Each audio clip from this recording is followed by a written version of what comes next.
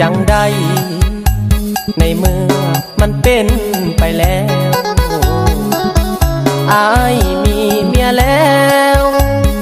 ก็อยู่แก่ใจบ่อยากเลือกเมียบ่อยากเสียน้องสิเหตุจังใดถ้าอายเลือกได้ขอเลือกน้องทั้งสองคนถ้าอายเลือกเมียก็ต้องเสียน้องคนที่หักใจมันลำบากคิดหนักวุ่นวายสับสน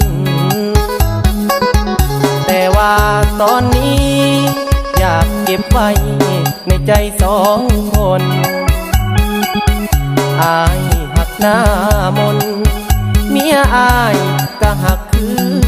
กันสองใจสองทางบ่อยากเสียนางบ่อยากเสียเมีย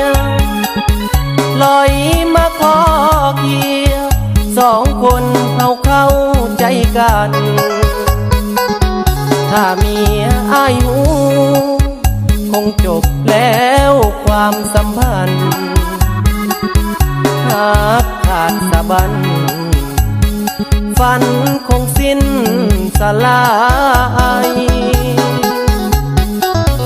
คิดไปใจ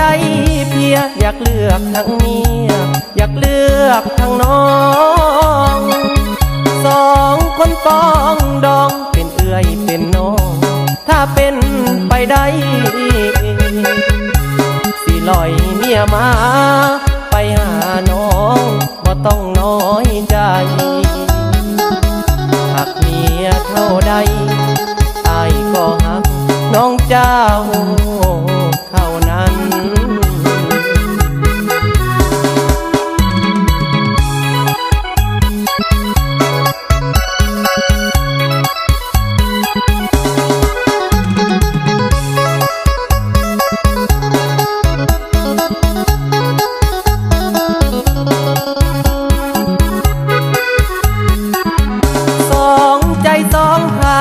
บ่อยากเสียนาง